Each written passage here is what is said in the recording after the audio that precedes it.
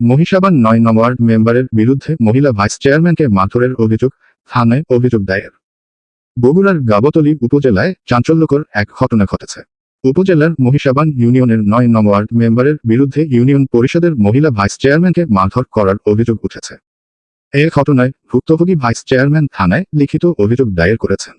জানা যায়, গত ৯ ডিসেম্বর দুপুরে মহিষাবান ইউনিয়ন পরিষদ কার্যালয়ে অন্যান্য মেম্বারদের সঙ্গে বিভিন্ন বিষয় নিয়ে আলোচনা করতে ছিল। এমতাবস্থায় ৯ নং ওয়ার্ড মেম্বার টপি অন্য রুম থেকে এসে অকথ্য ভাষায় গালাগালি ও মারমুখী আচরণ করে এবং দুজনের কথা কাটাকাটি এক পর্যায়ে এই মারধরের ঘটনাটি ঘটে।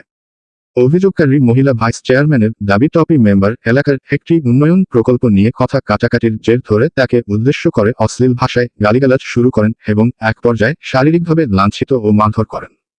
মারধরের ফলে ভাইস চেয়ারম্যান গলায় আঘাত সহ শরীরের বিভিন্ন স্থানে আঘাত পেয়েছেন এবং তাৎক্ষণিকভাবে অন্য মেম্বার ও পরিষদের লোকজনের সহায়তায় তাকে উদ্ধার করা হয়। এ ঘটনার পরপরই মহিলা ভাইস চেয়ারম্যান গাবতলী মডেল থানাতে গিয়ে ৯ নং ওয়ার্ড মেম্বারের বিরুদ্ধে একটি লিখিত অভিযোগ দায়ের করেন। অভিযোগে তিনি ঘটনার বিস্তারিত বিবরণ ও সাক্ষীদের নাম উল্লেখ করেছেন। এ বিষয়ে জানতে চাইলে ইউনিয়ন চেয়ারম্যানের আব্দুল মজিদ বলেন, ঘটনার সময় আমি ইউনিয়ন পরিষদে উপস্থিত ছিলাম না। অন্যান্য মেম্বারদের মাধ্যমে ঘটনাটি জানতে পারি।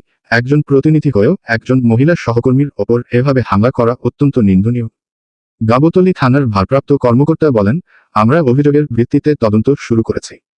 প্রাথমিক তদন্তের পর আইন অনুযায়ী ব্যবস্থা নেওয়া হবে।